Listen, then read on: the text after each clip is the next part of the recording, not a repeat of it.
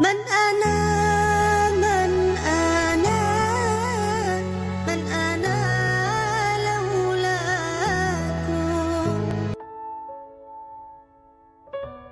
Maaf, tadi setelah dunia itu ada alam apa? Kubur. Sebelum pindah ke akhirat, pertengahannya ada alam kubur. Nih lihat sini nih. Kalau orang sudah selesai di alam ini, maka Allah wafatkan. Kullu nafsin dha'iqatul maut. Setiap yang punya jiwa akan kedatangan maut.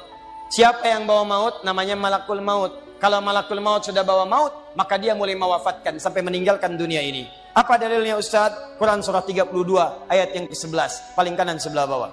Qul yatawaffakum malakul mautil ladzi wukkila bikum. Kata Allah, katakan Muhammad kepada semua umatmu, setiap yang punya nyawa itu akan diutus malakul maut untuk mencabut nyawanya.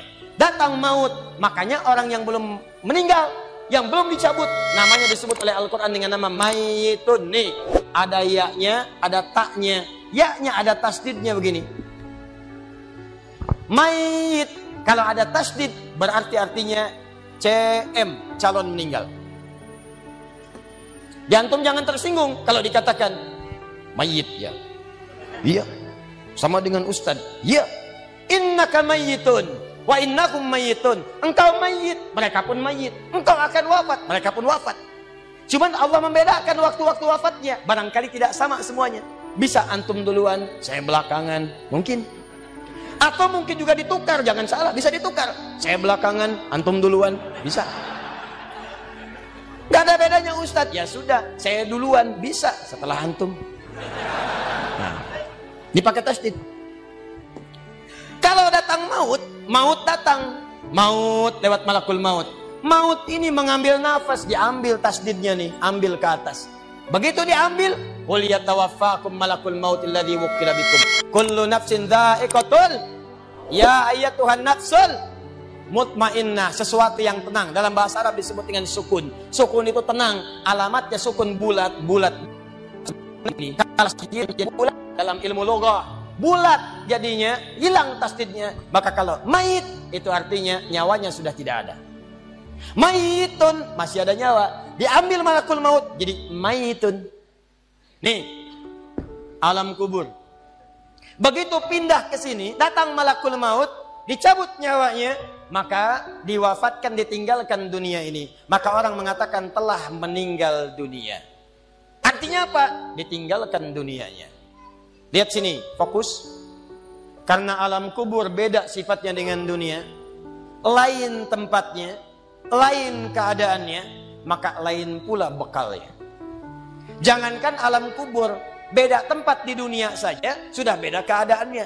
Anda orang Indonesia ingin datang ke Malaysia, kalau bekalnya tidak ada Anda bawa, tidak akan mungkin Anda bisa masuk. Apa di antara bekalnya? Ada paspor yang mesti distempel begitu masuk imigrasi. Pergi lebih jauh lagi, misalnya saya pengen ke Australia, maka Anda harus ngajukan untuk mendapatkan visa. Lebih jauh ke Amerika, visanya bisa lebih sulit lagi. Maka bagaimana dengan alam kubur yang sifat keadaannya beda dengan dunia? Makanya bekalnya pun tidak akan sama. Jadi kalau Anda cuma mengumpulkan bekal dunia, maka semua bekal itu akan ditinggalkan saat di dunia. Maka orang mengatakan meninggal dunia, maksudnya meninggalkan dunia dengan semua bekalnya. Nih, maaf ya, jam dunia, baju dunia, handphone dunia, gelas dunia.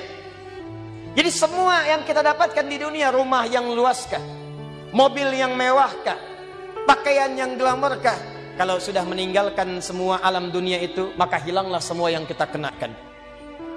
Habis semua kita tinggalkan.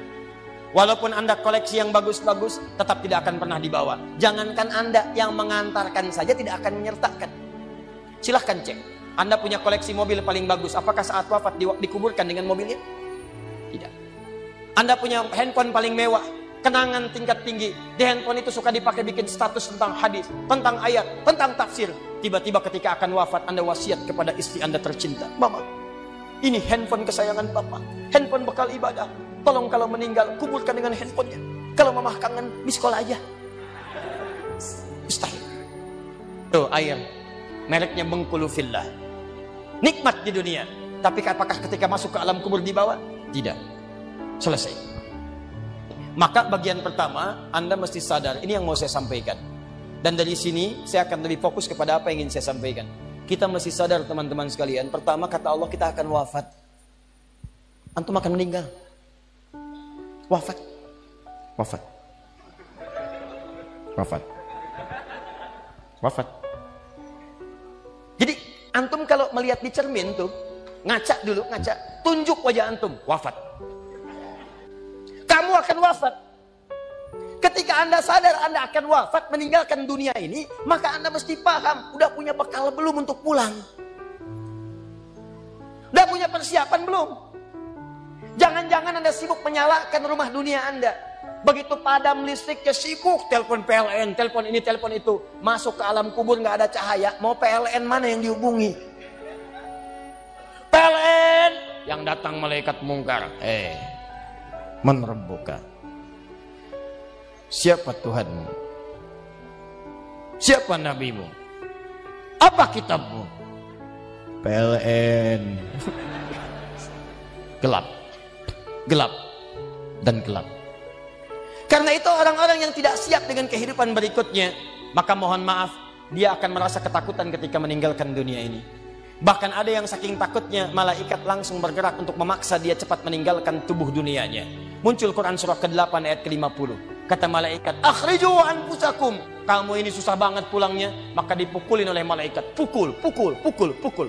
Teman-teman, karena alam kubur itu bekalnya bukan bekal dunia, maka Anda tidak akan pernah bisa membawa cahaya dunia ke alam kubur. Maka saya ajak Anda pada malam hari ini, coba ayo kita berubah. Tolong pikir baik-baik, tidak akan ada yang abadi. Dan besok pun belum tentu hidup.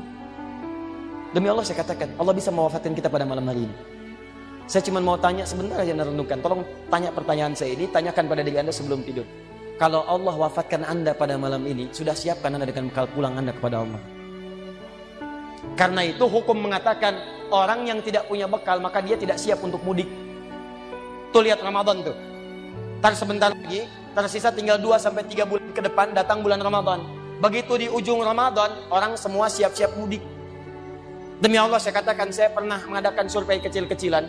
Saya tanyakan pada sementara orang yang tidak mudik. Saya tanya, kenapa nggak mudik? Ustadz, nggak ada bekal. Dunia saja tidak punya bekal, malu mudik. Tidak punya bekal, susah mudik. Tapi yang punya bekal, oh dia nyari sebanyak-banyaknya.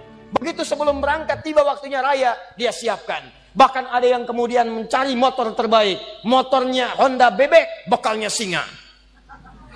Motor